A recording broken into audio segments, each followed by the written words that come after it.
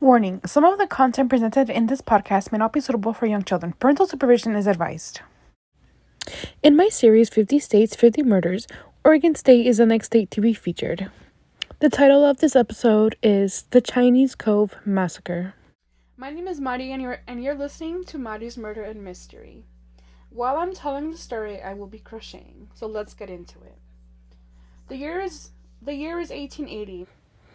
Sorry, correction. The year was actually 1887. These are the estimated times and days. A group of Chinese immigrants were mining, well, they were actually panning for gold in the Hell's Canyon when they were ambushed by a group of white men on horses, also known as a very common horse gang.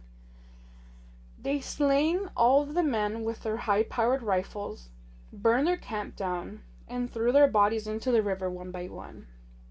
One of the gentlemen was fortunate enough to get away, but not fortunate enough to survive. They eventually caught up with him as well. And there was quite a few of them. It was believed that there was over 34 Chinese men that were panning for gold that day. Their bodies were later discovered by more Chinese immigrants who had come here to pan for gold.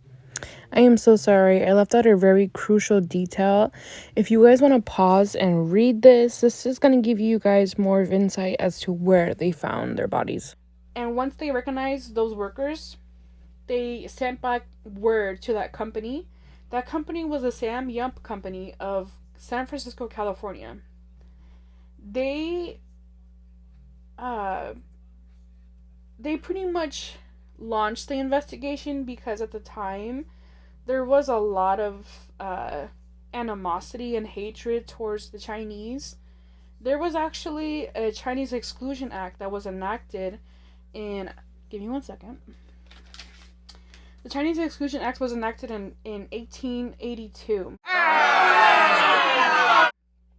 And at that time, it was very hard for anybody to come in. There was a lot of restrictions. If you were not from here, you needed a certificate to get in. This certificate is displayed in the Museum of Chinese Americans. If you were not from this country, you would need a certificate showing that you were a very skillful person and that you were pretty much useful for a job. And at the time, gold mining and the Transcontinental Railroad you did not need to be skilled. All you needed to do was be strong and willing to work, and that was it. So there was not a lot of people coming in because of their certificate. So it was very hard for them to get work. Those that were here, if you left the U.S., you would be required to have a certificate just to re-enter, although you were already here before the Exclusion Act. So with that being said, there was just a lot of hatred towards them. And the Exclusion Act was due to expire 10 years after that, but they actually kept it in place after that for quite some time. It actually wasn't repealed until the 1960s. Oh, sorry, the 1940s.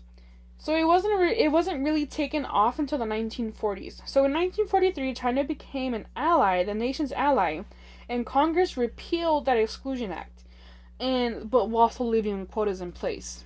So I know I'm kind of jumping ahead of here, but I wanted to tell you guys that the reason why there was so much hatred towards the Chinese was because, one, they were willing to work for lower wage. Two, they were also willing to work in terrible conditions. They did not care. They just wanted to make that money and make it fast.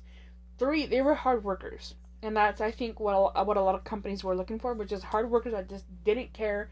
They were willing to do the job, and that's what they were doing. And so a lot of the people here in America, especially the white people, they were like, "You're taking our jobs, and we don't like that, so we were gonna hate you." So that really, it really was tough on them because they were not taking jobs. They were just willing to work the jobs that no one else wanted to work. So I don't know what to say about that. And then Congress passed the Immigration Act in 1965, which would later be effective in 1968. And so what that included was 170,000 immigrants could enter into the U.S. at any time of the year, and 20,000 from any one country. So 20,000 people could come from China, and then that was the cap. That was it. Sorry, maybe next year you guys can get in. So there was a wait list for sure. Um, and in 2012, Congress condemned the Exclusion Act and made a commitment to preserve civil rights and constitutional protection for all. So it took quite some time, less than 100 years, but more than 50, for them to really recognize what they had done. And it was, I mean, it was sucky. So let's get back to 1882. Right after all of that had happened, the community was really, kind of waiting on edge to see what was happening. And a lot of times, the state did nothing. They did nothing. It wasn't until the Sam Yup Company, who was also the employer of the men who were slain at the Hell's Canyon, they hired a judge by the name of Joseph K. Vincent. He did his investigation as best as he could, and just like the state, he only found so much evidence. So he submitted that back to the company. In turn, they submitted that to the Chinese consulate that was in California. They tried to get help from the state, but again, another roadblock. So that was really crappy for them. It was really sucky. But it wasn't until 2 months after that initial investigation that a man by the name of Frank Vaughn came forward and turned state evidence against 6 other men, including himself.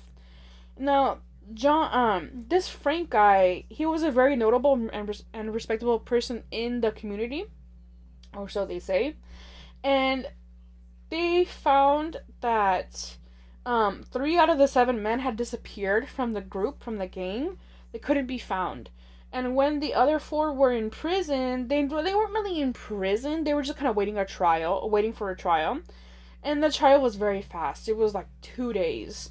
And they were actually found innocent, unfortunately. So no one was ever held accountable. No one was ever prosecuted for this murder. And it was very sad because even in some of the news articles that I read, and this is back in the 1800s, they did not have any self-respect for each other. It was more like, oh, the reds, the yellows, the whites. That's how they spoke back then, which is very sad and quite, very discriminating. And so, they were pretty much never held accountable. And so, it wasn't until, years pass, no one hears about it, people pass away, no one knows about it. It wasn't until 1995 that a Wallowa County clerk would find the files to this case and would, bust this history right back open again because no one had ever heard about it. And he found them, they found, I don't know if it was a guy or a girl, they found them in a safe that hadn't been used for a long time. So their belief was that someone was really trying to erase this part of history, unfortunately.